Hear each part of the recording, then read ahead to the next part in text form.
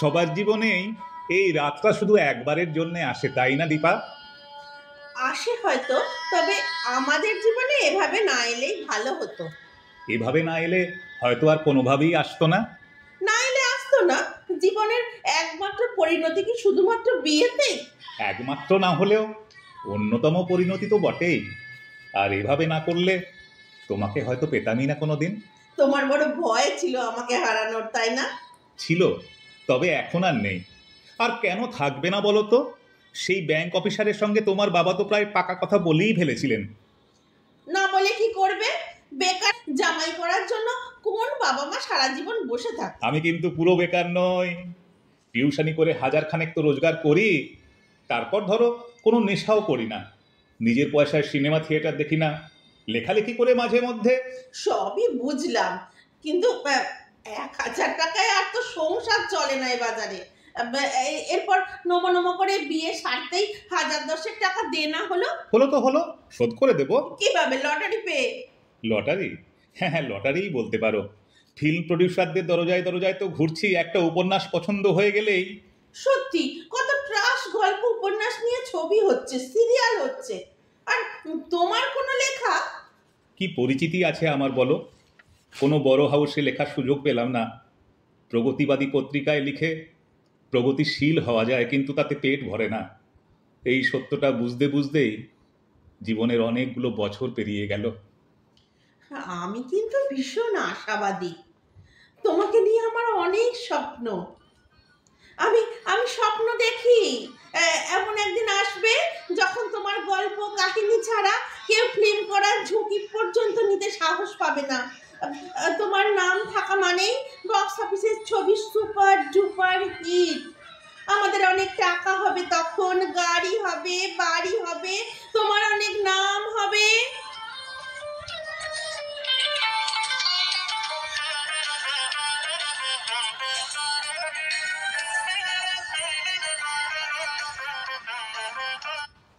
ফিরতে এত দেরি হলো আজ? টিউশনির টাকা পাওয়ার জন্য বসেছিলাম। পেলে? না, সোনাদের বাড়িতে 2 ঘন্টা বসেছিলাম ওর বাবার জন্যে। দেখা হলো না? না, বাড়িতে ফোন করে রাত 9টার সময় বললেন ফিরতে রাত হবে। আশ্চর্য! মাস পয়লা হয়ে গেছে, টাকাটা বাড়িতে রেখে গেলেই তো পারে। পারে, কিন্তু তাহলে তো আর কোনো শিক্ষককে 2 ঘন্টা বাড়িতে বসিয়ে রাখা যায় না। নিজেকে মাঝে মাঝে ভিখিরির চেয়েও ছোট মনে হয় দীপা। টাকাটার আজ বড় প্রয়োজন ছিল। 2 মাসের ওপর বাড়ি ভাড়া বাকি পড়েছে। বোঝদা সকালে একবার এসেছিলেন। শুধু বাড়ি ভাড়া কেন, ইলেকট্রিক বিল জমা দেবার লাস্ট ডেটও তো কালকে। কি যে করি। এখন আর কিছু করার নেই, চাটা জুড়িয়ে যাচ্ছে, খেয়ে নাও। হ্যাঁ, শেষ পর্যন্ত কি তাহলে তোমার কথাই সত্যি হবে দীপা? কি কথা? এভাবে আমাদের বিয়েটা না হলেই বোধহয় ভালো হতো। এমন কথা বলেছিলাম বুঝি? তোমার মনে নেই? তার উত্তরে আমি বলেছিলাম 2 বছরের মধ্যেই তোমার এ ধারণা আমি ভুল প্রমাণ করে দেব। মনে আছে বাবা, সব মনে আছে। তবে 2 বছর শেষ হতে এখনো কিন্তু সপ্তাহে 2-1 বাকি আছে। এর মধ্যে অঘটন কিছু ঘটবে বলে তোমার মনে হয়? ঘটতেও তো পারে। এই দেখো, একটা রেজিস্ট্রি করা খাম এসছে তোমার নামে। আমার নামে? আগে বলবে তো। এই নাও, এই নাও। কি হলো? কোনো সুখবর? সুখবর? আমার জন্যে? একটা গল্প পাঠিয়েছিলাম এক প্রডিউসারের কাছে, পেপারে বিজ্ঞাপন দেখে ওরা রিগ্রেট উইথ থ্যাঙ্কস পাঠিয়েছে। কোন গল্পটা? শুধু তোমারই জন্যে। দারুণ ফিল্মিক এলিমেন্ট ছিল, সিনেরিওর একটা আউটলাইনও পাঠিয়েছিলাম। বোধহয় পড়েও দেখেনি। পড়ে না দেখুক, ভদ্রতা করে ফেরত তো পাঠিয়েছে। 10 টাকার পোস্টাল স্ট্যাম্প মেরে? এই লাইটারটা কোথায় গো? ড্রয়ারে আছে। তো এত রাতে আবার সিগারেট ধরাবেন নাকি? কি স্ক্রিপ্টে আগুন লাগাচ্ছ কেন? পুড়িয়ে দেব, কি সব হচ্ছে? পুড়িয়ে কি দেব। হচ্ছে? সূর্যশেখর সূর্য? দত্তর নামটা লেখার জগৎ থেকে চিরকালের জন্য মুছে দেব। তুমি কি পাগল হলে? শিগগির আগুন নেবা। সরো সরো, সরে যাও, সরে যাও। আমি আগুন আমি বাড়ছে, আমি আমি আগুন বাড়ছে। আমি হেরে গেলাম, আমি হেরে গেলাম দীপা, আমি হেরে গেলাম। না পেলাম কোনো চাকরি, লেখক হিসাবে কোনো প্রতিষ্ঠা, শুধু তোমাকে নতুন জীবনের সুখ আর সচ্ছলতার স্বপ্ন দেখিয়েছিলাম। আমি তোমাকে ঠকিয়েছি দীপা, আমি তোমায় ঠকিয়েছি।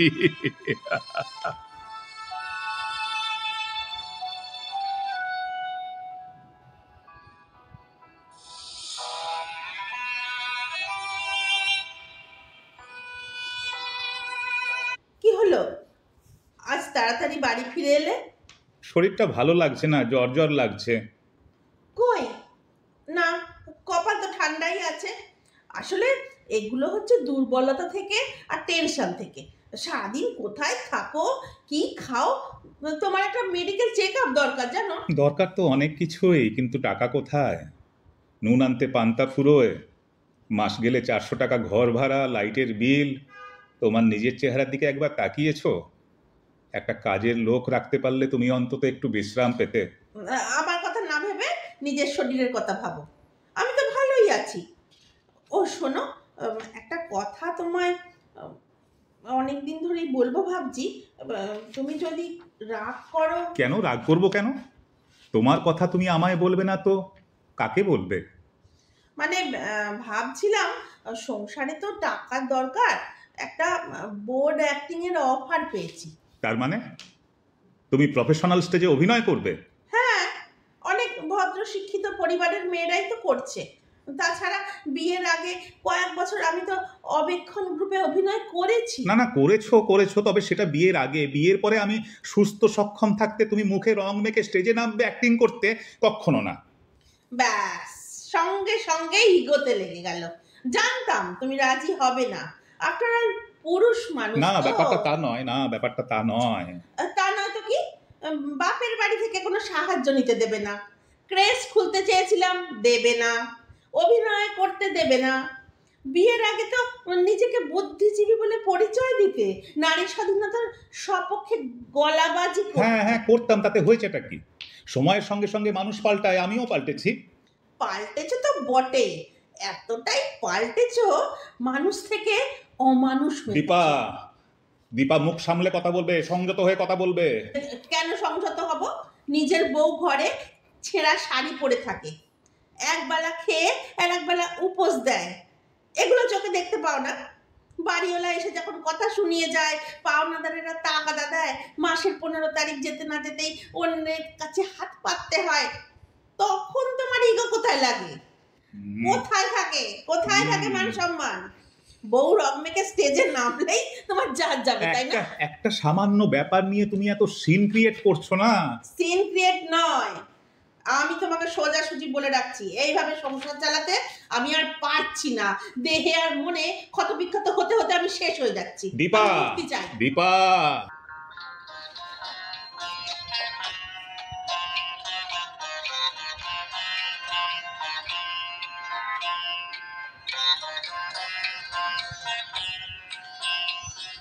দীপা, দীপা, কোথায় গেলে দীপা? কি হলো? ভর সন্ধ্যাবেলায় চেঁচাচ্ছ কেন? দীপা, আমি লটারি পেয়েছি। দীপা, আমি লটারি পেয়েছি। লটারি? দেখি মুখটা কাছে আনো তো, শুকে দেখি নেশা করেছো নাকি। নেশা নয় দীপা, সত্যি। হ্যাঁ দীপা, আমি সত্যিই পেয়েছি। এই দেখো, 10,000 টাকার চেক। চেক? হ্যাঁ, এটা তো চেকই। কারা কিনলো তোমার গল্প?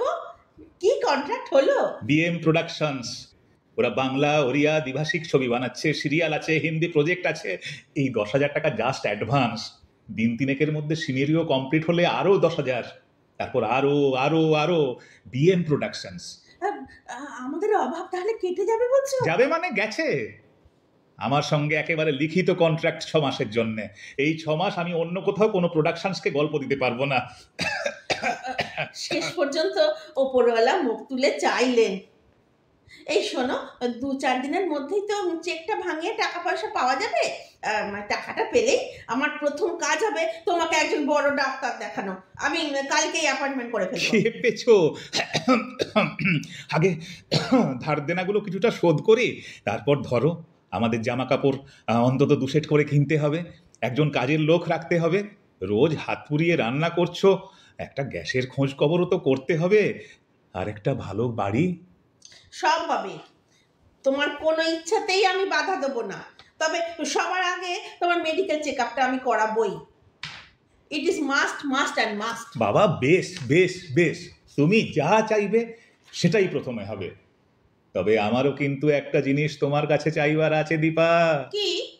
I want to be father. Really? আমারও ভীষণ মা হতে ইচ্ছে করে। টলমল পায়ে হেঁটে এসে কচি কচি দুটো হাত দিয়ে আমাকে জড়িয়ে ধরবে। শুধু তোমাকে?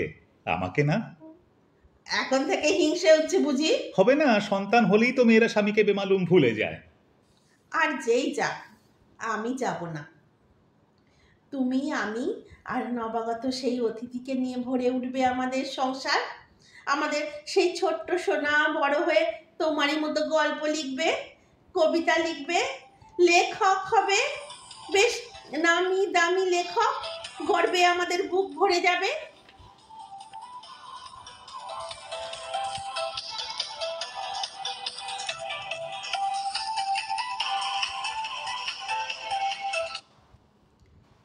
ফিরতে এত দেরি করলে কেন? অসুস্থ শরীর নিয়ে বেরিয়েছো, বারবার করে বলে দিলাম তাড়াতাড়ি ফিরে আসবে। 6টার সময় ডক্টর চক্রবর্তীর চেম্বারে যাব ব্লাড রিপোর্টটা আনতে, তা নয় 7টা বাজিয়ে ফিরলে। রিপোর্টটা আমি নিয়েই এসেছি দীপা। নিয়ে এসেছো? ভালো করেছো। ডক্টর চক্রবর্তীর সঙ্গে দেখা করে এলেই পারতে। দেখাও করেছি, অনেকক্ষণ কথাবার্তাও হলো। কি বললেন উনি? বললেন আমার একটা ব্লাড ডিসঅর্ডার হয়েছে, ওই রক্তের অসুখ আর কি। রক্তের অসুখ? অ্যানিমিয়া? না, আসলে অসুখটা উনি প্রথমে আমাকে বলতে চাননি। কোন অসুখ? লিউকোমিয়া? না, লিউকোমিয়ারও আজকাল চিকিৎসার সুযোগ আছে, অনেকে ভালোও হচ্ছে। তবে কোন অসুখ? যে অসুখের একমাত্র পরিণতি মৃত্যু, আমি সেই কাল ব্যাধিতে ভুগছি দীপা। রোগটার নাম রোগটার নাম এইডস। সে কি? সে কি? এসব তুমি কি বলছো? আমি ঠিকই বলছি দীপা, আমার রক্তে HI ভাইরাস পাওয়া গেছে। I am suffering from AIDS. তুমি জানো তুমি যা বলছো সেটার অর্থ কি? তুমি কি আমার সঙ্গে ইয়ার কি করছো? না না দীপা, না, বিশ্বাস না হলে এই খামে রিপোর্টটা আছে, তুমি খুলে দেখতে পারো। না না না না, আমি বিশ্বাস করি না। আমি আমি কিছুতেই বিশ্বাস করি না। এই রোগ তোমার হতে পারে না, কিছুতেই না, কিছুতেই না, কিছুতেই না। ডাক্তার চক্রবর্তীও বিশ্বাস করতে চাননি, আশ্চর্য হয়েছেন।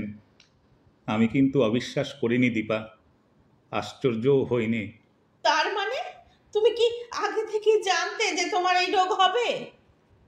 না, আগে থেকে সেভাবে জানতাম না, তবে যখন জানলাম যে বারে বারে। বারে বারে? বারে বারে কি? এসব প্রসঙ্গ এখন থাক দীপা, আমি ভীষণ ক্লান্ত, একটু বিশ্রাম নিতে দাও। বিশ্রাম? নিজের অনন্ত বিশ্রাম নেবার ব্যবস্থা তো নিজেই করেছো, কিন্তু তুমি আমার জীবন নিয়ে কি ছিনিমিনি খেলা খেললে। বাড়ির অমতে বিয়ে করে বাবা মা ভাই বোনের সবার সঙ্গে সম্পর্ক শেষ করে দিলাম। গান আবৃত্তি নাটক পড়াশোনা সব ছেড়ে চার দেয়ালের ঘেরাটোপে নিজেকে বন্দি করে রাখলাম। অভাব অনটনে বিয়ের এই 3 বছরে মা পর্যন্ত হতে চাইনি, কিন্তু তার বিনিময়ে তুমি আমাকে কি দিলে? আমাকে প্রতারণা করলে, তঞ্চকতা করলে, তুমি আমাকে শেষ পর্যন্ত ঠকালে, আমার ভালোবাসাকে অপমান করলে। না না দীপা, বিশ্বাস করো, আমি তোমায় ঠকাইনি, তোমার ভালোবাসাকে অপমান করিনি। করনি? নিজে মুখে এই মিথ্যে কথাটা বলতে তোমার লজ্জা করছে না? ঘরে বউ থাকতে বারে বারে তুমি কোথায় যেতে? কোন ব্রথেলে? ব্রথেল?